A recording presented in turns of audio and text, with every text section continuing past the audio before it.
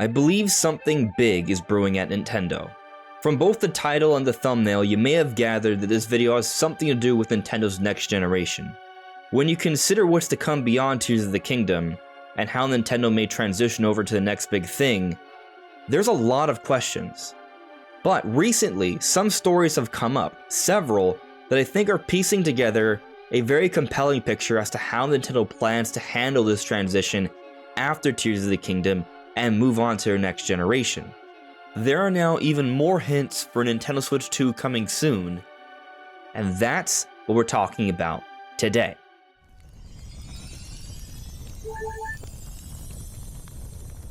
Hey, listen! Welcome everyone, this is Andres Restart, and today we're talking about how Nintendo will be handling their transition after Tears of the Kingdom and into their next generation. How is that going to be? Are there signs suggesting that Switch 2 is coming out sooner than later, or still perhaps beyond this year? We're going to get into that. But before we do, let me point out that we are aiming to hit 25,000 subscribers by the time Tears of the Kingdom comes out on May 12th. If you enjoy my content, please subscribe and hit the notification bell, because then we might just make it. So there's a few different news stories that have come up recently that I do think are starting to paint a little bit more of a picture as to how Nintendo's going to handle things after Tears of the Kingdom, which may also give us some sort of understanding of what they're doing with Switch 2 as well. So the first story here has to do with Xenoblade Chronicles 3 and the soundtrack that's coming out on July 29th, and I'll explain why this is a big deal in a bit. But first, this soundtrack is going to include Wave 4 music. Wave 4 has not come out yet, and typically, the soundtracks come out after all the content has released. So this suggests that Wave 4 for Xenoblade Chronicles 3, the story DLC with a big new adventure, is coming out beforehand. And what's interesting about this, Pikmin 4 is already coming out in July, but June, the month immediately after Tears of the Kingdom, is entirely vacant. There is no known Nintendo release for this month. So maybe Wave 4, this expanded adventure, may be the big release for June. Now, it is just DLC, but as far as DLC goes, this is fairly significant. The equivalent to this for Xenoblade Chronicles 2, Torn of the Golden Country, had its own physical release. So Wave 4 may eventually get its own physical release as well, but it's looking like we're going to be getting Wave 4, this extra Xenoblade Chronicles 3 adventure, very soon. Maybe this June or July or sometime in the summer. And the reason this is a big deal for the overall topic for this video is because it sort of highlights that a lot of the DLC content that we thought we would be sort of getting throughout the year to help fill in the gaps is coming out sooner than later. I didn't even realize this, and I made a mistake in a video a few days ago, but I talked about how we're getting Fire Emblem DLC after Tears of the Kingdom, except that's not the case. All 4 waves have already come out for Fire Emblem Engage. The game came out in January. This is April, and all 4 waves are already out. To me, that's surprising. I did not expect that. I thought Nintendo was going to be using all of their DLC to help fill in the gaps throughout the year, along with some remasters and a couple other games, because as a lot of industry insiders have said, maybe this will be a bit of a slow year. However, recently, as I brought up in several videos already, Andy Robinson has gone back on those comments saying that there may still be some big games for Nintendo that will simply be coming later on into the year. So what's interesting about this is that it implies that Nintendo and all the things they've mentioned in the recent February Direct may be happening sooner than later. So us thinking that we may have to wait all the way to the end of the year to get the Splatoon 3 DLC or the Wave 4 DLC, that's not the case. Those are coming sooner. And let's also consider this. There's been a lot of discussion that we will have to wait until after all the waves for the Mario Kart DLC before Nintendo moves on to their next system. I don't entirely agree with that point because I think that the Nintendo Switch Online accounts will transition over seamlessly, and I personally think there will be backwards compatibility. But for the sake of discussion, let's say that people who have made that argument are right and we won't get a Switch 2 until after the Mario Kart DLC. Well, we got Wave 4 in March. At this rate, we could see Wave 5 maybe this June or July, potentially even sooner. And if that happens, how much longer do we have to wait for Wave 6? That's the final wave. And I don't think it's a stretch to think that Wave 6 could be out by September, or I'll even say October at the very latest. And what that means is that we're not waiting until the very end of the year to get the Mario Kart DLC. So this discussion that maybe Switch 2 could be in the cards for the end of this year, if the Mario Kart DLC is completing a few months before the holidays, and there's no Xenoblade DLC to hold us over, and there's no Fire Emblem DLC to hold us over, and there's not a lot of games announced right now, what exactly is Nintendo planning for the holiday season then? Well, we're not sure. We may learn about a lot of things to come for perhaps the holidays and what's beyond in a September Nintendo Direct, as we typically do. But what's really interesting, bring us to our next story here, is that Nintendo has recently announced the Nintendo Live 2023 event in Seattle. And there's been a lot of discussion that this might be kind of like an E3 replacement.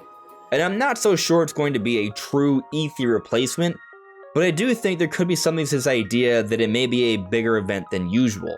Many of you may be familiar with the content creators Kid and Krista, who used to be a part of Nintendo Minute and would work with a lot of people in the marketing department back at Nintendo. They have been known to have a pretty good pulse for how Nintendo handles things, and they've been talking up this event. They feel that it may be a big deal, and they suggested that possibly that this live event could tie into their September Direct, and maybe there are a number of new games at this event. Well, what's interesting about this is that, let's say hypothetically Nintendo does announce a Switch 2, even though it doesn't come out this year, if they announce it this year, they may want to have an event where fans can play and enjoy the system to some extent. This Nintendo Live event might be a good place to show that, or at the very least, if there's maybe some sort of screening of this Nintendo Direct, they could still have an official live audience watching the Nintendo Direct that may show off some big things. And for the sake of argument, let's say it is sort of meant to replace the Nintendo E3-like thing.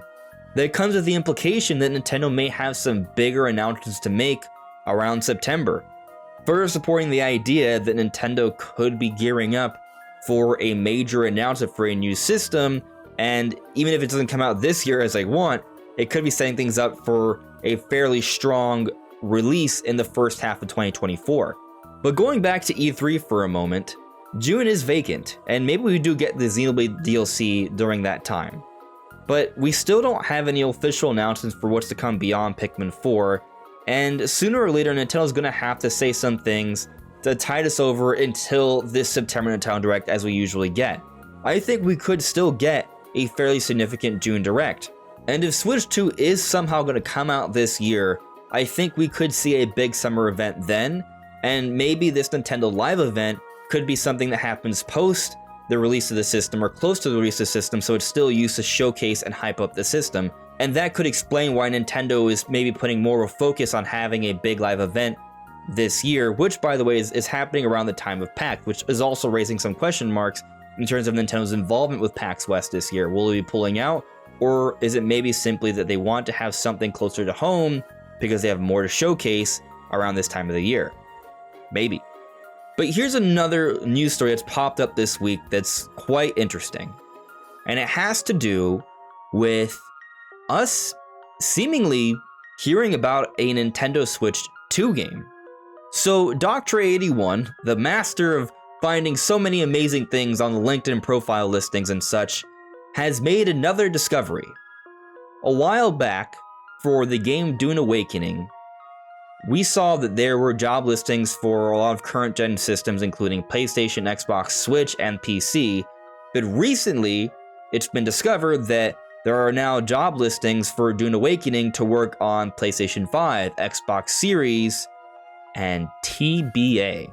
They've transitioned over to next-gen systems, and there's a TBA platform, a to-be-announced platform. What is that platform going to be? Well, I think the most likely bet is the next big Nintendo platform, considering that at one point they were sort of fixated on having it for current-gen systems that include the Switch, but now they transitioned over to hiring for next-generation platforms that includes a TBA one where there's no Nintendo device. This might be a hint that a Nintendo Switch 2 system is around the corner, and that this is one of the first discovered games for said system. So to summarize what this is all sort of supporting, in my opinion, is it's looking like a lot of content that we thought might be saved for later is coming out sooner. With the Xenoblade DLC, we could see it maybe as soon as this June. And then there's one less big thing we could be seeing throughout the second half of the year. But then also Nintendo has now announced this Nintendo Live event that is really changing the dynamic of how they may be handling their demonstrations and what we see from the directs. And this could have something to do with their next big system. And when you also consider the momentum that Nintendo has from the Mario Bros. Movie and also Tears of the Kingdom, they may want to have some announcements around both Zelda and Mario for the second half of the year. Maybe some DLC for Tears of the Kingdom, maybe a Game of the Year edition that has a graphics enhancement patch for a new system. Maybe there's a new Mario game to take advantage of that Mario popularity, as recently Mr. Miyamoto has potentially alluded to in an interview for the Mario movie, which reaches a larger audience, putting more eyes on a potential Nintendo Direct in the not so distant future.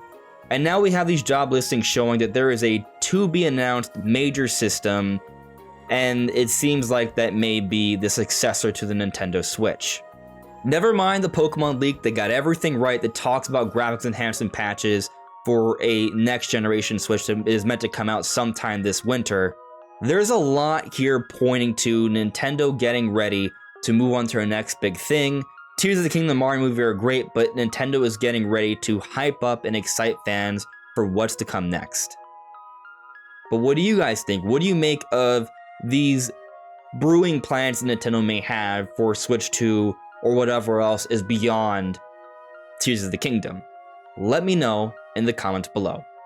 This is Andres Restart. Thank you so much for listening and watching, and I'll see you all really soon. Take care.